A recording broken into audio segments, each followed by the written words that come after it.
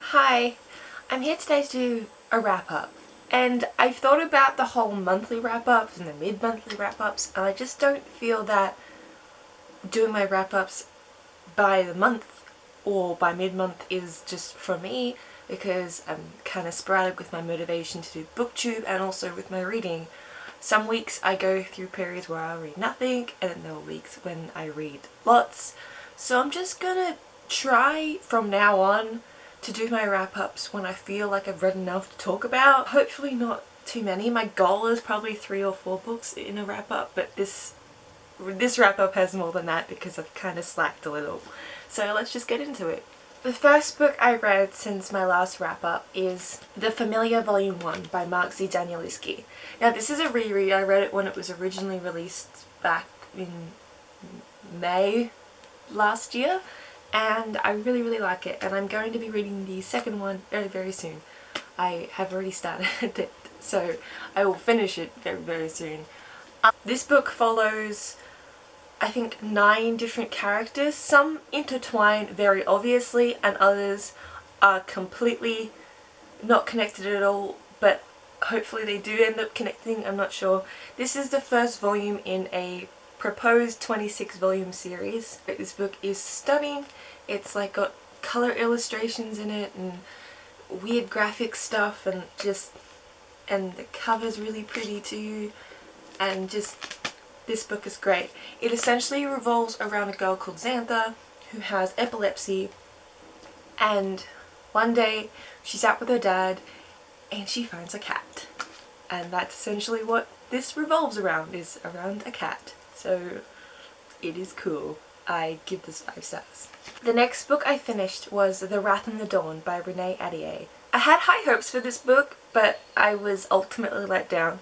It just didn't kind of meet my expectations. This book follows Shahrazad, or Shahzad, I'm not really sure how to say her name, and she is married to the ruler, and in order to stay alive she tells him stories so that he will not kill her in the morning. Now, the ruler has a habit of killing his wives every morning and then marrying the next day. This is going off from the tale of 1001 Nights, and I thought that was really interesting, in the way that andAdorned kind of played with that aspect was pretty good.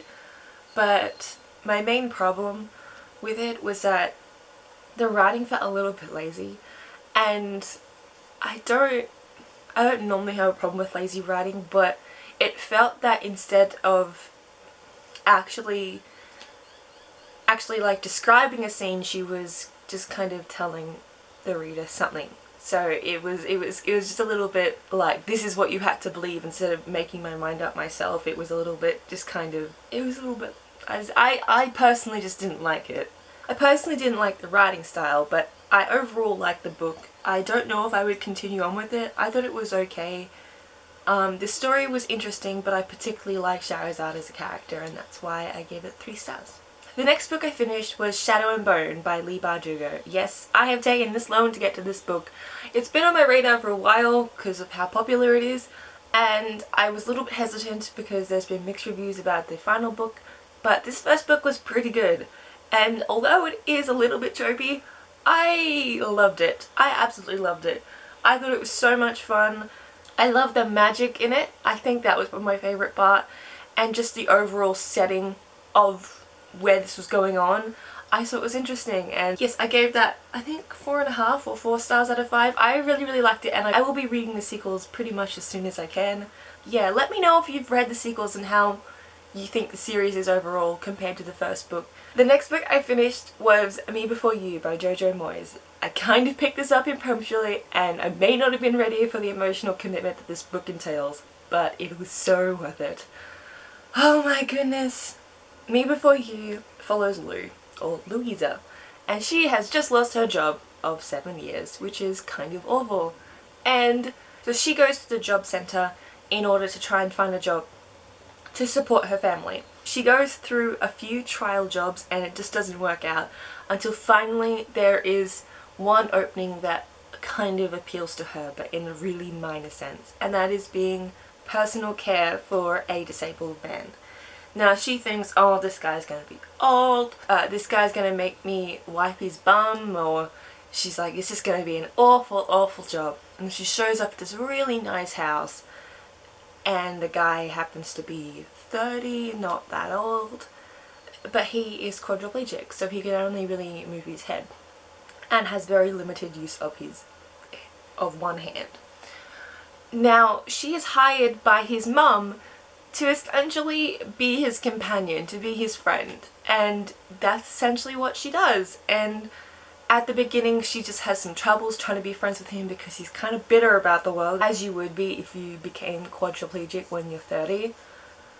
And so their relationship is a bit rocky in the beginning, but it soon becomes more and they become really good friends. And I think the book is inspiring and beautiful, but ultimately very emotional, and do not tread lightly into this book. I absolutely loved it. I cried way more than once, and I tried not to, I really did, but no, there was no way of stopping those tears. So yeah, I love this book and I gave it 5 out of 5 stars. The next book I finished, I also kind of picked up on a whim, but I pick up almost all of my books on whims, so it's not a big surprise. And that is A Visit from the Goon Squad by Jennifer Egan. I loved this book, and it's really hard to say why, because I'm not even sure what this book is about. Yes, I read it and I loved it and I understood it all. It's just, instead of it being like a novel, it's more like a collection of short stories, because each chapter follows a different person at a different point in their life. So as much as the characters kind of intertwine, they never actually kind of are the same person in each chapter, because maybe they're 20 years younger, or, you know, 5 years older and now divorced, or something like that. So it has characters that pop up in each of the chapters, and sometimes the connections are really far-fetched and sometimes they're really, really close, but it's kind of reminded me of Cloud Atlas in the way that things connect but they don't connect, but they ultimately do, and it's really satisfying. I loved each story. Each story felt like a fully fleshed out story, even though it was only a chapter. And that's why I think the novel, even though it's a weird structure for a novel, just kind of works. And I really, really, really enjoyed it. The next book I finished was The Martian by Andy Weir. Now, unfortunately, I was ridiculously disappointed with this book. I thought it was going to be like a romp. I thought it was going to be action-packed and like full of life, and it just wasn't. I found Mark Watney to be a really, really two-dimensional character, and I think that's what I was most disappointed in, because I could kind of get over the massive amounts of science if the character was worth rooting for, and honestly, apart from some kind of baseless, sarcastic comments, there was nothing really to care about, because he wasn't fleshed out. He was just a botanist that was stranded on Mars. There was nothing more to his character, and I felt that's where it lacked the most. The science was a little bit overwhelming, but in a kind of interesting ways, and it's like, I was expecting a novel, but I got more of a science book, but that doesn't really bother me because I'm still kind of interested in that. So that's not what bothered me the most. It was mainly just that I hadn't really connected with Mark, and so I just kind of couldn't care. I was just more interested in what he ended up doing, and that's what I ended up finishing the story for. But yeah, I didn't click with this book, and I feel really, really bad about it because I really wanted to enjoy it, but it was not happening, and you just can't force that kind of stuff. If Mark was more of a developed character, I think I may have enjoyed it a little bit better. Like if it discussed his motivations for wanting to come back to Earth, or I don't know, I just felt like the only side you got of Mark was just him being sarcastic and complaining about disco and 70s TV. So I just didn't feel like you got a whole lot of Mark out of the book. And considering it's from the perspective of him for the majority of the novel, it was a teensy bit disappointing. So I gave that book, I think, 1.5 or 2 stars. Not for me. The next book I actually finished as an audiobook, and it'll be, I think that's my first finished audiobook. It's taken me so long to actually get into them. This one I borrowed out from my library, and oh my god, I loved it so much. The book and the actual audiobook as well. And that book is Alias Grace by Margaret Atwood. I've read The Handmaid's Tale about 2 or 3 years ago and really liked it, but this was, in my opinion, a little bit better. I really enjoy Grace Marks' character. So this book follows Grace Marks, who is a convicted murderess. It is historical fiction in Canada, which I've never read about before, and it's essentially telling a fictionalized version of her life based on facts. And it was beautiful, hilarious, emotional. It was just fantastic. The writing was really, really good, but I personally enjoy Grace Marks' narration of the story.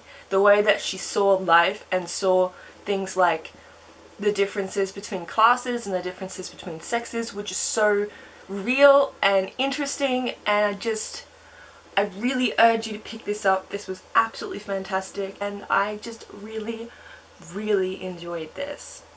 The next book is Moby Dick by Herman Melville. I finally finished this. I think I was reading it for a month, which is a really long time for me to be reading a book. And I liked it. I had some problems with concentrating on it at some points because of all the whaling stuff, but I loved every bit of it. Even when I was losing my concentration, I was still enjoying every second I read of this book. The writing is absolutely phenomenal. I kind of could swim around in it a little bit. It was beautiful, and the story was almost non-existent, but enough there that there was something to go by. I like the writing, and it was beautiful, and I understand why people enjoy it. I also understand why people hate it, but I do very much like it. Gave this 5 out of 5 stars because I just couldn't find any fault in it. It was just beautiful. The last book I finished, I got out from my library, and I stayed up till like 2:30 finishing it just because I, was like one more chapter. It's not really a book, it's a novella, and this novella is called The Governess Affair by Courtney Milan. Now I am very, very new to romance, and I'm just kind of picking up as I go, and I know novellas are a really great way to kind of like get used to the genre because they're shorter and they don't require as much commitment, and I definitely felt that with this book. I really enjoyed it. It follows Serena Button after she has been fired from her job because she is with child, and now she is a ruined woman because the guy who had an affair with her won't do anything about it because he's already married. The guy who is kind of the hero in this story is managing the villain in this story, and it's essentially about her trying to get justice for the crime that has been done to her. And I loved her character, I loved his character, it was beautiful, it made me smile, it made me very happy, and I will be reading more in this series and more by this author, and it was just nice. I just liked it. I got exactly what I wanted out of that book. I wanted nice, and I got nice, and it was nice. So this is the end of this wrap up. I hope you enjoy. Leave comments below if you have any opinions on the book I've read. I'd love to hear from you. Happy reading, and bye!